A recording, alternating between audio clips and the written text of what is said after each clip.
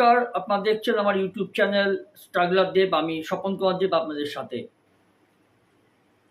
আরেকটি অজানা তথ্যই যেটা অলরেডি পাবলিশড হয়েছে টিভিতে, নানা রকম দৈনিক সংবাদপত্রে।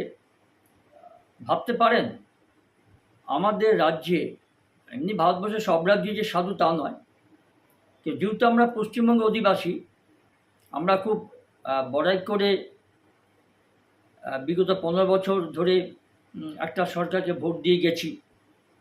আর তারপর যখন নতুন সরকার এসছে 2026 সালে বিধানসভা ভোট হওয়ার পরে, নতুন সরকার যখন বিপুল ভোটে মার্জিনে জনাদেশ পেয়ে এসছে, একটা একটা করে কলঙ্কজনক নানা ধরনের দুর্নীতি, তার মধ্যে ধর্ষণ থেকে শুরু করে, তোলাবাজি থেকে শুরু করে, খুন থেকে শুরু করে, পাচার, বিভিন্ন ধরনের পাচার থেকে শুরু করে কোনো কিছু বাদ নেই। এবার দেখুন, আমাদের পাড়াতে বলুন বা আপনাদের পাড়াতে বলুন, পাড়ায় পাড়ায় একটা নতুন একটা উদ্যোগ হয়, সেটা একটা পাবলিসিটি হতে পারে বা সমাজসেবা হতে পারে। মাইকে তার এক সপ্তাহ আগে থেকে প্রচার হয় যে রক্তের একটা বিন্দু অপরের জীবন বাঁচানোর জন্য একটা ক্ষুদ্র প্রয়াস আমাদের, ইত্যাদি ইত্যাদি। পাড়াতে বা বিভিন্ন রকম বেসরকারি এনজিও যারা সমাজসেবামূলক কাজ করেন, তারা বেসরকারি সরকারি যাকে পারে তাকে নিয়ে রক্তদান শিবির করে। আর সেই রক্তদান শিবিরে আমিও অনেক রক্ত দিয়েছি, গত বছরও দিয়েছি, এবছরও দিয়েছি। কিন্তু দেখুন, আমার পরিবার থেকে, আমার বন্ধুবান্ধব থেকে, আমার গুণীজন যারা আছেন, তারা বরাবর আমাকে বলে গেছে যে রক্ত দিচ্ছ, ঠিক জায়গায় দিচ্ছিস তো রক্ত? তুই দেখেছিস যারা রক্ত দিচ্ছে তারা ঠিক রিকগনাইজড রেজিস্টার অর্গানাইজেশন কিনা? ভুয়ো ডাক্তার নয় তো? ঠিক ডাক্তার এসে, ঠিক সংস্থা এসে ব্লাডটা কালেকশন করছে তো? নাহলে তো রক্ত কিন্তু দেওয়াটা বৃথা হয়ে যাবে। আমি কিন্তু উড়িয়ে দিয়েছিলাম। আমি ভাবতে পারতাম না যে রুগী এই রক্ত নিয়েও, এতদিন শুনেছি কিডনি, ফুসফুস সব কিছু নিয়ে জীবিত মৃত কাউকে বাদ দেয়নি। তাদের বিভিন্ন অঙ্গ প্রত্যঙ্গ, এমনকি কবর থেকে তুলো অঙ্গ প্রত্যঙ্গগুলো নিয়ে বিক্রি করেছে। তার মধ্যে হাড়, গুড় সবই আছে, নানা রকম অর্গ্যান অফ হিউম্যান বডি। তো দেখুন, কিন্তু এইটা আমি যতটুকু দেখলাম যে ঘটনাটা নক্কারজনক। আমার মতো আরও যারা সমাজের কল্যাণের জন্য, অন্যের জীবন বাঁচানোর জন্য আমরা নিজেদের রক্ত দিই, রক্তদান শিবিরে গিয়ে। আমার নিজের ক্লাবে গিয়েও আমি দিয়েছি। আমার পরিচিত, এটা আমি বহু বছর ধরে দিয়ে আসছি। এটা আমার একটা হবি বলতে পারেন, অন্যান্যদের মতো, যে ব্লাড ডোনেট করা, যাতে তাতে যদি একটা মুমূর্ষ মৃতপ্রায় রোগীর যদি জীবন পায়, তাহলে এটা আমার একটা ক্ষুদ্র প্রয়াস। কিন্তু জানেন, এটা আপনাদের জ্ঞানার্থে বলি, এটা শুনে রাখুন। আর এগুলো জানার জন্য অনুগ্রহ করে, দয়া করে, যেটা বরাবর বলি আমি মন্ত্র আরণের মতো, স্ট্রাগলার দেব লাইক, শেয়ার, সাবস্ক্রাইব, ফলোটা করে দেবেন। তাহলে অনেক ভালো ভালো খবর কিন্তু আপনারা পাবেন। যে বিষয়টা নিয়ে বলছিলাম, এই ব্লাড ব্যাঙ্কগুলো সরকারিও কিছু আছে, বেসরকারি বেশি আছে। অবৈধভাবে রক্ত নেয়, মানে বিভিন্ন জায়গায় তারা ক্লাব বা বিভিন্ন রকম সমাজসেবামূলক সংগঠনের দ্বারা অনুষ্ঠিত হয় ব্লাড ডোনেশন ক্যাম্প বা রক্তদান শিবির। সেখানে গিয়ে অনেক মানুষ রক্তদান করে, তার মধ্যে আমি একজন অধম। সেই রক্ত প্রপার ডাক্তার নিচ্ছে কিনা, প্রপার ওয়েতে নিচ্ছে কিনা, ঠিকমতো সেই নিজেরটা ঠিক জায়গায় ঠিকমতো পাল্টে তারপরে রুগীর কাছ থেকে সেই রক্ত নিচ্ছে, এগুলো কিছুই দেখি না আমরা। সে সত্যি করে সে রেজিস্টার অর্গানাইজড সংস্থা কিনা, এগুলো দেখি না। যার ফলে আজ আমরা বুঝতে পারছি যে ক্লাব সংগঠনের সঙ্গে পরিচিতি আছে, তাদের জন্য গিয়ে, তাদের আহ্বানে বা তাদের আমন্ত্রণে গিয়ে আমরা রক্তদান করি অন্যের জীবন বাঁচানোর জন্য। সেই রক্ত ঘুরপথে কোটি কোটি টাকায় পাচার হয়ে যাচ্ছে জানেন, বিদেশ বিভূতিতে, অন্য রাজ্যে। করছে কারা? বেসরকারি ব্লাড ব্যাংক, তার মধ্যে কিছু সরকারি ব্লাড ব্যাংক আছে, ধরা পড়ছে, তদন্ত হচ্ছে। নতুন বিজেপি সরকার 2026 সালে নতুন বিধানসভায় বিপুল জনাদেশ নিয়ে জিতে এসে এই 1000টা দুর্নীতির মধ্যে একটা দুর্নীতি তারা নিয়ে আবার তদন্ত করছে। বিভিন্ন রকম বেসরকারি সংগঠন, আমার দালাল টালাল পড়ে তো আছেই, তার মধ্যে ডাক্তার আছে, তার মধ্যে নার্স জড়িত আছে, মানে চিকিৎসার জগতে বিভিন্ন রকম মানুষ জড়িয়ে আছে দুটো পয়সা কামানোর জন্য। আর যে মানুষটা বা যে মানুষের আত্মীয় পরিজন ছুটে বেড়াচ্ছে অসহায়ভাবে ঘটি বাড়ি বিক্রি করে তার আত্মীয় পরিজন মুমূর্ষ রোগী মৃতপ্রায় তাকে বাঁচানোর জন্য, সেই রোগীকে বাঁচানোর জন্য একটা হসপিটাল থেকে আরেকটা হসপিটালে, একটা জায়গা থেকে আরেকটা জায়গায় ছুটে বেড়াচ্ছে, তারা রক্ত পাচ্ছে না। রক্তের অভাবে মানুষগুলো মারা যাচ্ছে। সেটা নিয়েই বলবো যে 1500 রক্ত উপাদান বিক্রি 6,500 টাকা, আর দান করা রক্তের আরবিসি প্লাজমা বিক্রির কোটি কোটি টাকার কারবার এই রক্ত পাচার হওয়া ব্লাড ব্যাঙ্কগুলো থেকে। এর মধ্যে কিছু ভুয়ো ব্লাড ব্যাঙ্ক আছে, কিছু বেসরকারি ব্লাড ব্যাঙ্ক আছে, আর কিছু সরকারি ব্লাড ব্যাঙ্ক আছে। কাকে বিশ্বাস করবেন আপনি? অতএব এবার ব্লাড দিতে গেলে সাবধান। দেখুন, স্বেচ্ছায় দান করা রক্ত থেকে মেলা প্লাজমার এক একটি ইউনিট বিক্রি হয়েছে 5,500 থেকে 6,670 টাকা পর্যন্ত। লোহিত রক্তকণিকার আরসিসি এক ইউনিটের দাম উঠেছে প্রায় 1,000 থেকে 2,180 টাকা। ভাবতে পারেন, বিভিন্ন রকম রক্তদান শিবির থেকে রক্ত যে উদ্দেশ্যে নেওয়া, যে উদ্দেশ্যে রক্তদান শিবির থেকে রক্ত গ্রহীতাদের নিকট থেকে শরীর থেকে রক্ত টেনে নেওয়া হচ্ছে, সেই উদ্দেশ্যে এই রক্তদান শিবিরের যে মহৎ উদ্দেশ্য তার ঠিক উল্টো চরিত্র এরা এই ঘটনাগুলো ঘটিয়েছে। সেই রক্তগুলো পাচার করে দিয়েছে হাজার হাজার টাকায়, 3 গুণ 10 গুণ টাকায় বিক্রি করে দিয়েছে অন্যান্য হসপিটালে ভিন রাজ্যে। এর জন্য বেসরকারি সরকারি রক্তদান শিবির এবং কিছু ভুয়ো রক্তদান সংস্থা, মানে তারা বিভিন্ন স্বেচ্ছাসেবী সংস্থায় গিয়ে এই রক্তগুলো সংগ্রহ করেছে, দিয়ে তারা কোটি কোটি টাকা রোজগার করেছে। ধিক্কার এদেরকে দিতে হয়। এদেরকে উপযুক্ত শাস্তি আমাদের দেশের শাসন ব্যবস্থা, আইন ব্যবস্থা মোটেও করা নয়। এখন নতুন করে আইনসঙ্গত একটা নতুন আইন শুরু করেছে, যার ফলে জানি না এই পরিণতি কী হবে।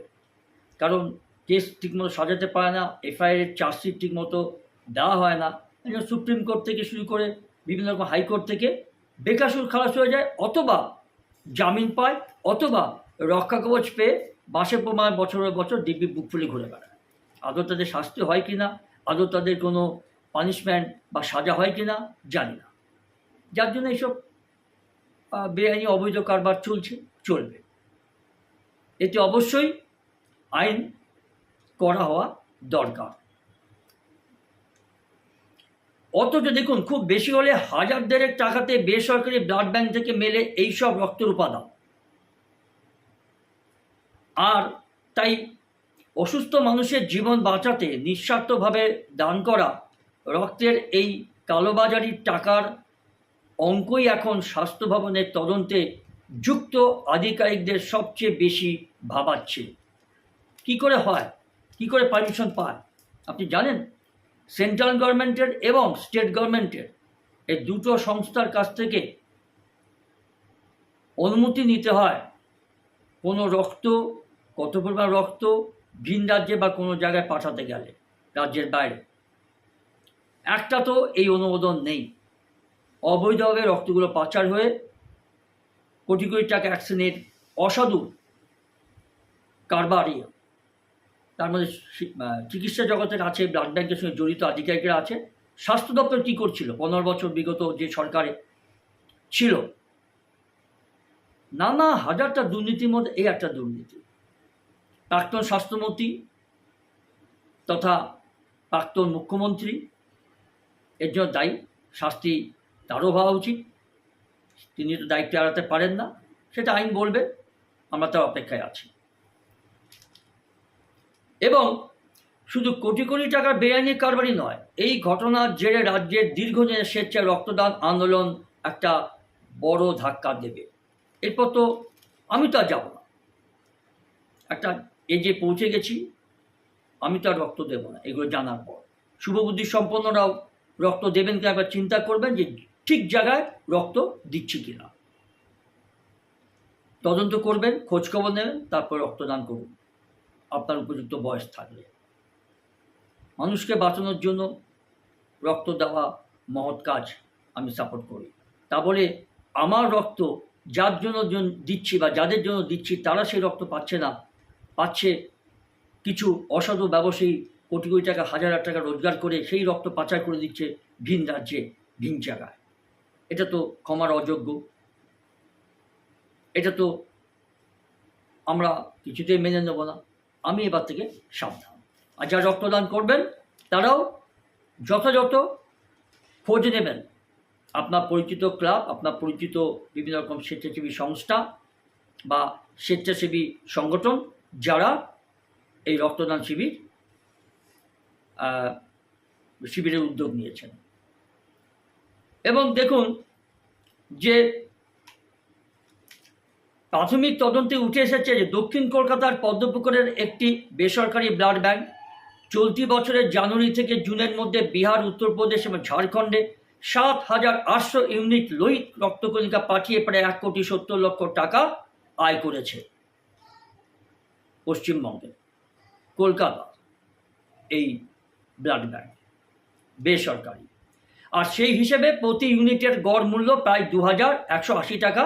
একই সময়ে হায়দ্রাবাদ এবং মুম্বাই তিনটি বহুজাতিক সংস্থার কাছে ৬,৩০০ ইউনিট প্লাজমা বিক্রি করে আয় হয়েছে ৪,২০,০০,০০০ টাকা। Not a matter of joke.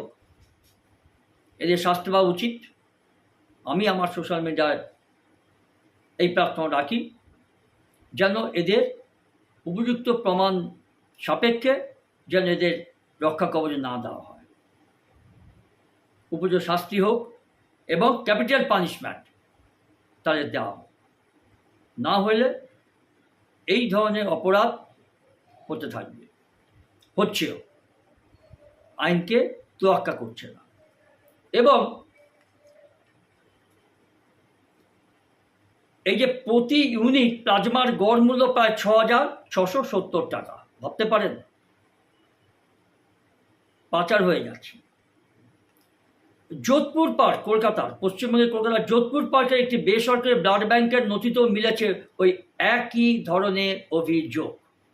পদ্মপুকুরের একটি বেসরকারি ব্লাড ব্যাংকে জানুয়ারি থেকে জুনের মধ্যে বিহার, উত্তরপ্রদেশ এবং ঝাড়খণ্ডে এই যে ৭,৮০০ ইউনিট লোহিত রক্তকণিকা পাঠিয়ে ১,৭০,০০,০০০ টাকা আয় হয়েছে, যেটা একটু আগে বললাম। এই যে ধরনের অভিযোগ, স্বাস্থ্য দপ্তরের তদন্তকারীরা দেখছেন যে সেখানে ৩,২৬২ ইউনিট লোহিত রক্তকণিকা বিক্রি করে প্রায় ৩৩ লক্ষ টাকা এবং ৩,০০০ ইউনিট প্লাজমা ৫টি বহুজাতিক সংস্থার কাছে বিক্রি করে প্রায় ১,৬৫,০০,০০০ টাকা আয় করেছে এই ব্লাড ব্যাংক। ফকেটিয়া, কালোবাজারি করে, ঠকিয়ে, প্রতারণা করেছে। এদের কি শাস্তি হওয়া উচিত? এই যে রক্তগুলো পাচার করেছে উইদাউট কনসেন্ট, উইদাউট প্রপার ল। এখন সেক্ষেত্রে প্রতি ইউনিট প্লাজমার গড় মূল্য প্রায় ধরুন দাঁড়াচ্ছে প্রায় ৫,৫০০ টাকা। তদন্তকারীদের দাবি যে উদ্ধার হওয়া রক্তের বড় অংশই গিয়েছে বিহার এবং উত্তরপ্রদেশের বিভিন্ন বেসরকারি ব্লাড ব্যাংকে, আর এর জন্য দায়ী। এই জন্য আজকে আপনাদের সঙ্গে এই জিনিসটা আমি শেয়ার করছি। যারা রক্ত দেন আমার মতো, সাবধান হয়ে যাবেন, সতর্ক হন যে সঠিক জায়গায় আমরা আমাদের রক্ত দান করছি কি না। স্বাস্থ্য ভবনের প্রাথমিক তদন্তে এখনো পর্যন্ত অন্তত 7টি বেসরকারি ব্লাড ব্যাংকের নাম উঠে এসেছে। 4টি ব্লাড ব্যাংকের যাবতীয় নথি ইতিমধ্যে বাজেয়াপ্ত করা হয়েছে। তদন্তের পরিধি বাড়িয়ে গঠন করা হয়েছে 8 সদস্যের একটা উচ্চ পর্যায়ের কমিটি। যোধপুর পার্কের ব্লাড ব্যাংকে আপাতত রক্তদান শিবির থেকে রক্ত সংগ্রহ করতে নিষেধ করা হয়েছে। ব্যান করে দেওয়া দরকার, ক্যাপিটাল পানিশমেন্ট দেওয়া দরকার এইসব ব্লাড ব্যাংকের আধিকারিকদের যারা এর সঙ্গে যুক্ত। এবং পদ্মপুকুরের ব্লাড ব্যাংকের লাইসেন্স বাতিলের সুপারিশ করা হয়েছে বলে স্বাস্থ্য ভবন সূত্রে জানা গেছে। স্বাস্থ্য ভবন কি ধোয়া তুলসী পাতা? বিগত সরকার 2011 থেকে 2026 সাল পর্যন্ত বিধানসভা নির্বাচন আগে যে তৃণমূল কংগ্রেসের সরকার ছিল, তার আগে 34 বছরে বামফ্রন্ট আমলেও এই ধরনের দুর্নীতি হয়েছে, সেটা সংখ্যায় কম। আর এই বিগত যে পশ্চিমবঙ্গ সরকার ছিল ক্ষমতায়, তাদের আপগ্রেডেশন শিল্প পর্যায়ে নিয়ে গেছে বিভিন্ন ধরনের দুর্নীতি। ব্লাড ব্যাংকের ব্লাড চুরি হওয়া প্লাজমা 3 গুণ 10 গুণ দামে বিক্রি করে পাচার করে দেওয়া হয়েছে বেআইনিভাবে, অবৈধভাবে। এটা বিগত 15 বছরে বিগত সরকারি আমলে বেশি হয়েছে। অবশ্যই সরকারি আধিকারিকেরা, স্বাস্থ্য ভবনের আধিকারিকেরা এর মধ্যে অবশ্যই জড়িত। খুঁজে বের করতে হবে, তাদেরকে ক্যাপিটাল পানিশমেন্ট দিতে হবে, উপযুক্ত শাস্তি, যেটা দৃষ্টান্তমূলক হয়। এবং স্বাস্থ্য ভবনের প্রাথমিক তদন্তে এখনো পর্যন্ত যে 7টি বেসরকারি ব্লাড ব্যাংকের নাম উঠে এসেছে, 4টি ব্লাড ব্যাংকের যাবতীয় নথি ইতিমধ্যে বাজেয়াপ্ত করা হয়েছে। আর তদন্তের পরিধি বাড়িয়ে গঠন করা হয়েছে 8 সদস্যের উচ্চ পর্যায়ের কমিটি। যোধপুর পার্কের ব্লাড ব্যাংকে আপাতত রক্তদান শিবির থেকে রক্ত সংগ্রহ করতে নিষেধ করা হয়েছে, যেটা একটু আগে আমি বললাম, সেটা আমি আবার রিপিট করলাম। আর দেখুন যে শুধু লাইসেন্সটা কী করে পায়, কোন নজরদারি নেই সরকারের, ছিল না, কোনো হিসেবপত্র ছিল না, যার জন্য আর হাজারটা দুর্নীতির সঙ্গে এই রক্ত পাচার দুর্নীতিও সমান দোষে দুষ্ট। এবং চিকিৎসকদের একাংশের মতে যে পশ্চিমবঙ্গে কয়েক দশক ধরে স্বেচ্ছায় রক্তদান শিবিরের যে শক্তিশালী সামাজিক পরিকাঠামো গড়ে উঠেছে, দেশের বহু রাজ্যে এখনও সেই পরিমাণ স্বেচ্ছায় রক্ত সংগ্রহের ব্যবস্থা নেই। আর সেই কারণেই রক্তের চাহিদা মেটাতে অন্য রাজ্যের উপর নির্ভরতার প্রবণতা তৈরি হয় বলে মনে করছেন তদন্তকারীদের একাংশ। আরে তাদের পরিকাঠামো নেই বলে তুমি এইভাবে অন্যায়ভাবে পশ্চিমবঙ্গ থেকে অবৈধভাবে তোমরা প্লাজমা সহ বিভিন্নভাবে রক্ত দ্বিগুণ দামে কিনবে আর 3 গুণ দামে তারা সেখানে বিক্রি করবে। পশ্চিমবঙ্গ সরকারের এই সংস্থাগুলো কেন দেখেন? এটা জানানোর জন্য আজকে আমার এই ভিডিও, আপনাদেরকে সাবধান করার জন্য, যারা আমার মতো স্বেচ্ছায় রক্ত দেন অন্যের জীবন বাঁচানোর জন্য, কিন্তু যে উদ্দেশ্যে আমরা দিই সেটা ফুলফিল হয় না। এবং যার জন্য মানুষের মানবিকতার টানে দেওয়া জীবনদায়ী রক্ত যদি বাণিজ্যের পণ্য হয়ে ওঠে, তাহলে রক্তদান শিবিরের মানুষের আস্থা নষ্ট হওয়ার আশঙ্কা থাকবে, অবশ্যই থাকবে। আমার তো আশঙ্কা আরও 10 গুণ বেড়ে গেছে। আমি দেব কি না 3 বার চিন্তা করে আমি যাব। আর শুভবুদ্ধি সম্পন্ন রক্তদান আমার পরিচিত যারা রক্ত দান করেন তাদেরকেও সাবধান করে দেব যে ঠিক জায়গায় সুযোগ বুঝে তদন্ত করে খোঁজখবর নিয়ে তুমি রক্ত দিও। অযথা অবৈধ সংস্থায় রক্ত দিও না, যার জন্য রক্ত ঠিক জায়গায় যাবে না, ঠিক প্রয়োজনে লাগবে না। চিকিৎসকদের সতর্কবার্তায় এর সবচেয়ে বড় মাসুল গুনতে হয়েছে বা গুনতে হতে পারে, যেটা থ্যালাসেমিয়া রোগী, দুর্ঘটনাগ্রস্ত এবং জরুরি অস্ত্রোপচারের অপেক্ষা থাকা অসংখ্য মানুষকে, যদিও স্বাস্থ্য দপ্তরের বক্তব্যে যে তদন্ত শেষ না হওয়া পর্যন্ত কাউকে দোষী বলা যাবে না, এটা ঠিক কথা। তদন্ত সঠিকভাবে হোক, প্রমাণিত হবে। এবং সমস্ত তথ্য প্রমাণ খতিয়ে দেখেই পরবর্তী সিদ্ধান্ত নেওয়া হবে, অবশ্যই তাই। তথ্য প্রমাণ দিয়েই উপযুক্ত দোষীকে শাস্তি দিতে হবে, নির্দোষকে শাস্তি যাতে না দেওয়া হয় তার ব্যবস্থা করতে হবে। এবং ঘটনা হলো যে বিপুল পরিমাণ রক্ত ভিন রাজ্যে যে বিভিন্ন ক্ষেত্রে বাল্ক ট্রান্সফার যাকে বলে সংক্রান্ত যে লিখিত অনুমতি সহ ব্লাড ব্যাংকে নিতে হয়, সেই স্টেট ব্লাড ট্রান্সফিউশন কাউন্সিলের কাছ থেকে এই ঘটনাগুলি কোনোটিতেই সেই অনুমোদন নেওয়া হয়নি। শুধু রাজ্য সরকার নয়, সেন্ট্রাল গভর্নমেন্ট থেকেও এই ব্লাড ট্রান্সফারের অনুমতি নিতে হয়। এইটা জানানোর জন্য আমার এই ভিডিও। এরকম আরও অজানা তথ্য জানতে গেলে আমার এই স্ট্রাগলার দেব ইউটিউব চ্যানেলটাকে লাইক, শেয়ার, সাবস্ক্রাইব, ফলো করে দেবেন। ভালো থাকবেন, সুস্থ থাকবেন। আজ এই পর্যন্ত।